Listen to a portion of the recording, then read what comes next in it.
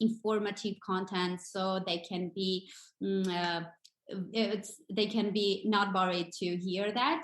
And of course, we say also that your host, the speaker, need to be very engaging, because the person that talks in the video is so much important for people. If they see this person very let's say adorable, they could hear till the end of the video.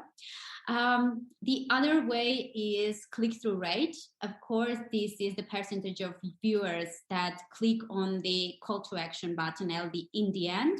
So for this case, it would be really good to make your story interesting from the beginning to the end, so people could hear the call to action and click and make actions after watching it. The last two actually measuring points, let's say for me, are the best ones, because they actually giving more opinion that your video was successful. Is the conversion rate. It's let's say how many leads and customers you got after they have watched your video. The only problem is it's so difficult to, let's say, count the conversion rate, because you need to use other analytics softwares, not just the social media channels will not give you the full understanding of this. But you can also ask for your clients from where they came. If they came from video, it's of course a good sense that your video was working in social media channel. And the last one is the feedback. Of course, all social media channels have a comment section, and people can leave their comments in there. And of course, not only positive comments, sometimes that comments could be negative, but it's good because you are learning mostly from negative comments, and you need to always give, let's say, a humble opinion, and always be grateful, even if the comment is negative. And whenever, if they are not leaving a comment, always ask to your relatives, to your friends, to your colleagues to give a feedback of your video, because they most likely will comment you from client point of view, and you were all the time in the video. Maybe you are seeing that from the other angle, but they can see it from the angle that could give you more understanding of was it really helpful or not.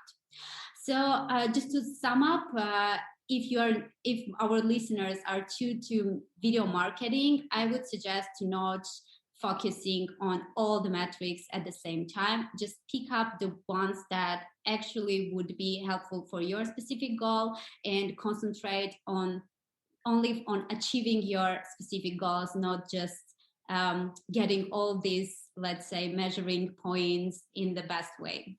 I think that's really interesting and really useful. And the relation to social media, I just wanted to pick up on that, because especially the talk around social shares and engagement and stuff like that, there's been something doing the rounds on Instagram for the past couple of months that says Instagram is changing the algorithm on what it prioritizes. Now the kind of top interaction you can get is if someone saves your content, and then it's put that like is the fourth most important thing.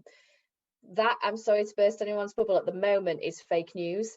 There's nothing that actually Instagram have released to say that. There's nothing that actually, when you review the algorithms, suggests that at all. It's just something that's been created. However, I do believe this save is growing in gravitas, and that, you know, creating content that people will come back to is certainly going to increase. But don't take these things you see, you know, at face value, because I'm sure everyone will have seen that doing the rounds and now think, oh gosh, I've got to create content that people are going to want to save. For some sectors, that just may never be possible.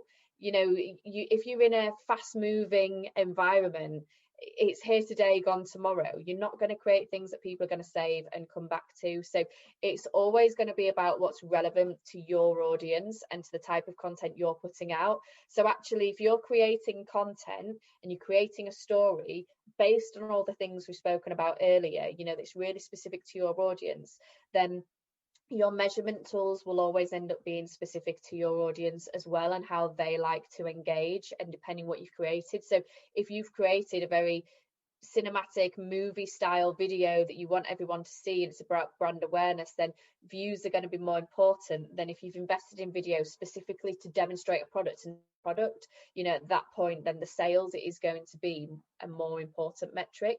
So it really does come down to what it is that you actually are promoting, and then looking at what metrics are going to be most valuable for you. But certainly the Instagram thing, obviously we've seen Instagram are removing likes now, so you can't always see the number of likes.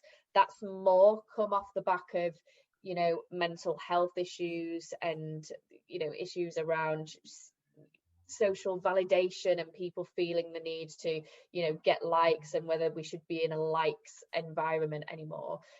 But it doesn't mean for businesses straight away that that's no longer a metric you should be measuring.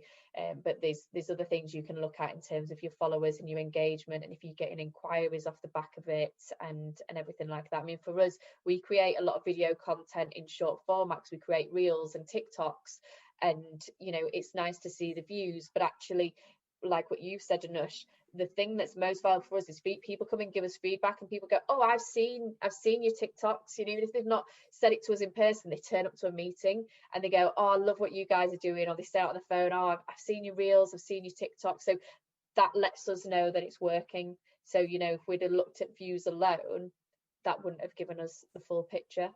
I think that's also encouraging you to create more content, because when you're hearing the positive feedback, you just want to do more, just to share more of what these funny and cool videos that you're creating. I actually like a lot, and I'm watching all of your Instagram reels and stories. So basically just continue doing that. Oh, good. I'm glad it's working. Yeah, you're on our TikTok of mine. Even though I don't share anything on TikTok, I'm following a lot of what you guys are doing, which is fantastic. But I guess from our perspective, for anyone listening, that they're spending money into PPC, into SEO, into paid social elements, not only do we look at all those, I'd call them top line metrics in terms of engagement, because those metrics that you two have both just gone through from a video and just from a generic organic is key when we're looking at different types of ad types. And I know Anush, you're going to talk a little bit more about different ad types, but it lets us know how well a particular ad is engaging with the type of audience. Is that messaging right with that audience? But there's a whole different element, and what we say here at Bobble is each one size doesn't fit all. So each company is different, and so should media be, in terms of when you're tracking and attributing ROI. There's so many different businesses, whether you're B2C or B2B, that have different conversion points. And it all comes down to ROI, specifically when you're focusing on media. So just to give you a couple of examples, if you're an e-commerce client, we're not just looking at purchases, we're looking at the full user journey to understand how things are performing at different touch points. And it's those different touch points from different channels that are very, very important, that you need to be tracking and looking into. Tools like Google Analytics will help you identify that, but in-platform data will help you really, really analyze. And that's why it's really important to make sure that your pixel and conversion metrics within platforms like Google Ads and Facebook are implemented correctly on site. The key element for that is when you're an e-commerce client, and we're working with a client recently, we identified that the audience targeting was good, the messaging was good, because the ad to basket value was 17 times the level of spend in terms of revenue. So for every £1,000 they were spending on media, the basket value was £17,000. However, what we noticed was that that's just basket value. You would expect a high percentage of them to increase. Their actual basket value was half of the actual media spend. So that was around about a 2.5% conversion rate, not just from spend to actual purchase value, but actual added to basket value to actual purchase. It's elements like this and understanding how that conversion model is working that helps you identify which stage, from storytelling to creating the ad to the strategy that comes before it, all through to executing different channels where we know your audiences are, through to then tracking the impact of that message and how that is being conveyed, whether it's video, emotional, or communicating that message in terms of how it's impacting. Because you might get all of that right, but if your physical presence is missing something at the final stage that's converting your customers and driving that ROI, it's important to break down your measurement into different stages. So by just looking at one conversion point is never good.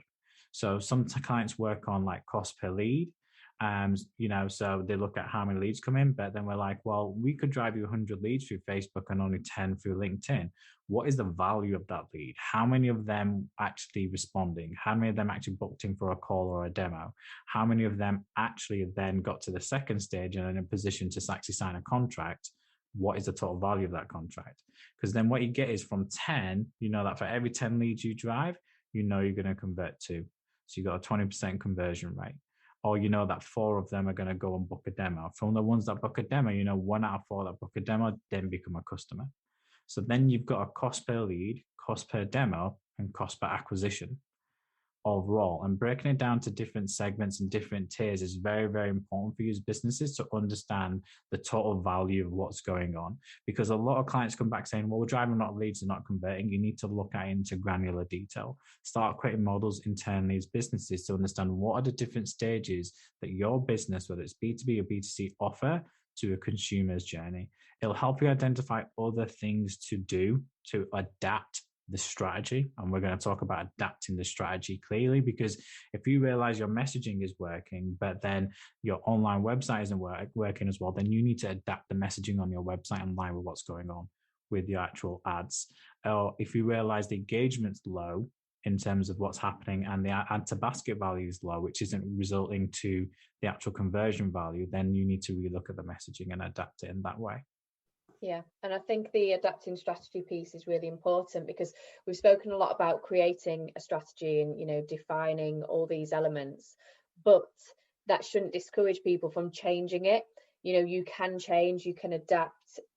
Economic factors change, environmental factors change. You may release new products, you may find some things working, not working, and certainly I think the reporting and the data metric side is so important to inform decisions around whether your strategy needs adapting. And that's certainly, we use metrics to look at what is working, what isn't, so we can go, do you know what, that area for you is not working right now, or maybe it is working but you need to put more budget into it, and that budget wasn't initially accounted for within the strategy, but it's going to need more putting into. So those data points and having as many different metrics as possible to review are really, really important in terms of the longevity of your strategy, because where you start inevitably will not be where you end up.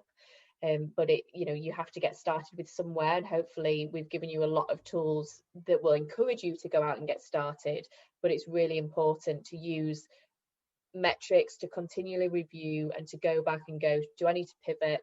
Do I need to invest more, invest less, change what I'm doing, launch a new product, etc., whatever it may be. So don't be discouraged if you have to change your strategy, because that's just part and parcel of it.